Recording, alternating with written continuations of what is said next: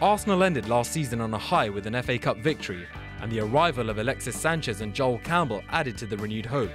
A 5-1 win against Benfica in the Emirates Cup had fans starting to dream, but a poor display against Monaco brought back an all-too-familiar feeling. What does this season hold for the Gunners? Very interesting manager approval rating here. 87% of Arsenal fans seem happy with Arsene Wenger. That's not interesting at all. I think that Arsenal... the point is with Arsenal fans, and this isn't necessarily a criticism, but things change very quickly at Arsenal. The winds go from that way to that way. 1 minute they have not made enough signings, not making enough good signings. They sign Ozil and suddenly everything is okay. Doesn't make a lot of political sense. I think it's quite a politicised club for that reason. So the 87% approval rating doesn't surprise me. That's post Alexis Sanchez, really. Exactly. Isn't it? That's definitely. If you asked the same fans the approval rating before, then I think it would be 50%.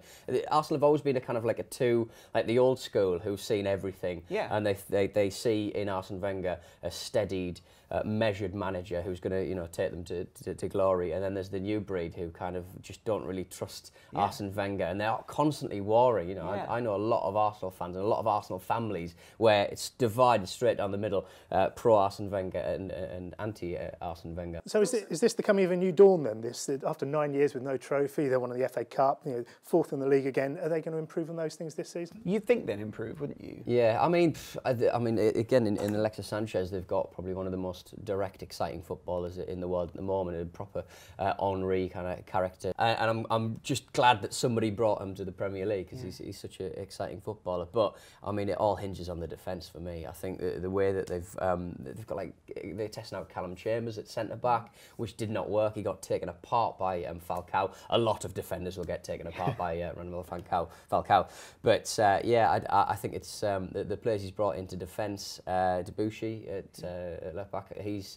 He's got the worst pass stats in Newcastle's defence. I don't think he's really the solution for Arsenal. Certainly bringing the ball out. He's sort of set up like a Sanya, but with a bit more attacking prowess. And I just don't think he's got that, to be quite frank. Yeah. It's all going to hinge on the defence, I think, for me. And I don't think they've got enough in their tank. If there is a difference of opinion in Arsenal fans, and one thing they seem to be united on is the fact that they're going to win their first game. They're at home to Crystal Palace, London derby. It's fairly presumptuous, don't you think? Well, 89% of Forza fans think they're going to win that. Do you think that's fair? Not on Crystal Palace, no. No, I'm excited by the 3% who think it's going to be a draw. Yeah. Why is it only 3%? Well, I mean, draws happen all the time when nobody expects it.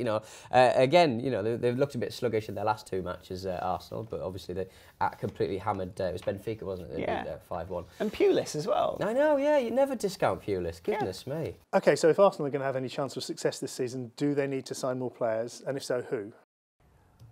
I think it's more about not losing any players to a certain extent. I think they need strength and depth at Arsenal, bearing in mind they've got a Champions League to think about as well.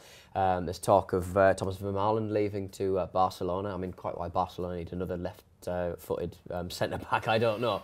But that's their business, and I don't think Arsene Wenger is particularly keen on selling to Manchester United. But he's kind of got to keep those sort of fringe players happy, because Vermaelen's a terribly technically gifted defender, and I think they need to not hemorrhage any level of playing staff, because I think certainly at the back they're so threadbare at the moment. They need defensive midfielders, and they need defensive footballers as well.